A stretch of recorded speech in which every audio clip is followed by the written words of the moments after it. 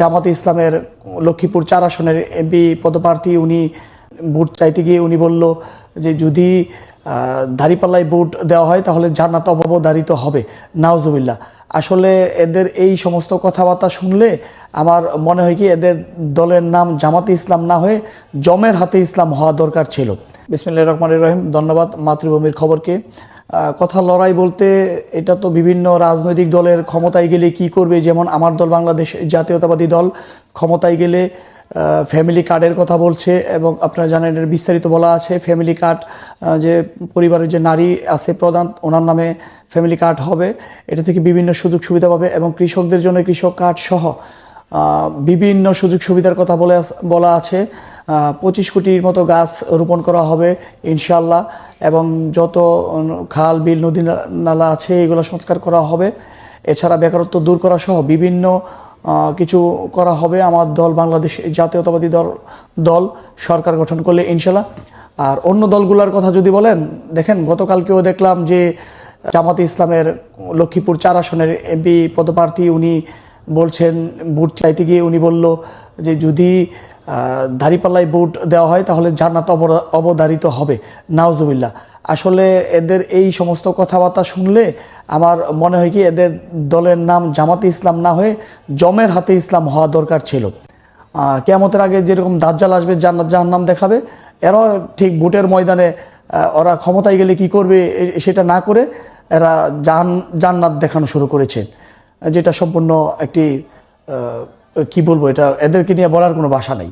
BNP বিরোধী যে জোটটা আছে এদের প্রত্যেকটা নেতাকর্মীর বক্তব্য যদি শুনেন, বিশেষ করে জামাতে ইসলামের নেতাকর্মীদের বক্তব্য যদি শুনেন, এনসিপির নেতাকর্মীদের বক্তব্য যদি শুনেন, তাহলে তাদের কথাবার্তা শুনে মনে হবে যে বিগত দিনে 16-17 বছর ফ্যাসিস্ট নয় যেন ক্ষমতায় ছিল বিএনপি সরকার। এই জন্য ওদের যত অভিযোগ বিএনপিকে নিয়ে, ফ্যাসিস্ট নিয়ে কিন্তু এদের কোনো মাথা ব্যথা নেই, অভিযোগ নেই, কথা নেই।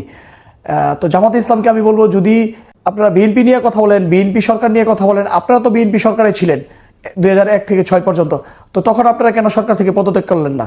এখন যদি কথা বলেন তাহলে ওই সময় যদি কোনো কিছু হয়ে থাকে তার ভাগ তো আপনাদেরও নিতে হবে। বাংলাদেশ জাতীয়তাবাদী দল সবসময় জনগণ দল ছিল, জনগণের জন্যই আন্দোলন সংগ্রাম লড়াই করে আসছে, বিগত দিনেও জনগণের পাশে ছিল, আগামীতেও জনগণের পাশে থাকবে ইনশাআল্লাহ। তরুণরা একটি রাজনৈতিক দল গঠন করেছে এনসিপি, এদেরকে নিয়ে আসলে কিছু কথা না বললেই নয়। যেমন ধরেন এদের প্রতি কিন্তু মানুষের খুব আশা ছিল, তো এরা দল গঠন করার পরে এদের প্রত্যেকটা সমাবেশের বক্তব্য দেখবেন, বিশেষ করে নাসির উদ্দিন পাটোয়ারি সহ তাদের যে আহ্বায়ক নাহিদ ইসলাম, হাসনাত আবদুল্লাহ সহ এদের যদি বক্তব্যগুলো দেখেন তাহলে বুঝবেন যে এরা রাজনৈতিক ময়দানে ভোটের রাজনীতিতে নয়, এরা যেন বেয়াদবির রাজনীতিতে নেমেছে। এরা কে কত কার চেয়ে বেয়াদবিতে ছাড়িয়ে যাবে সেই প্রতিযোগিতায় নেমেছে। এমন কোনো নেতা নেই, জাতীয় নেতা নেই যে যাদের সম্বন্ধে ওরা প্রতিনিয়ত বাজে মন্তব্য করছেন না, এবং এগুলা করে কি ফায়দা নিতে চাচ্ছে এটা সাধারণ জনগণ বুঝে গেছে। এরা চাচ্ছে যে এদের উল্টাপাল্টা বক্তব্যের কারণে এদের উপর যেন সাধারণ জনগণ ক্ষিপ্ত হয়ে হামলা করে।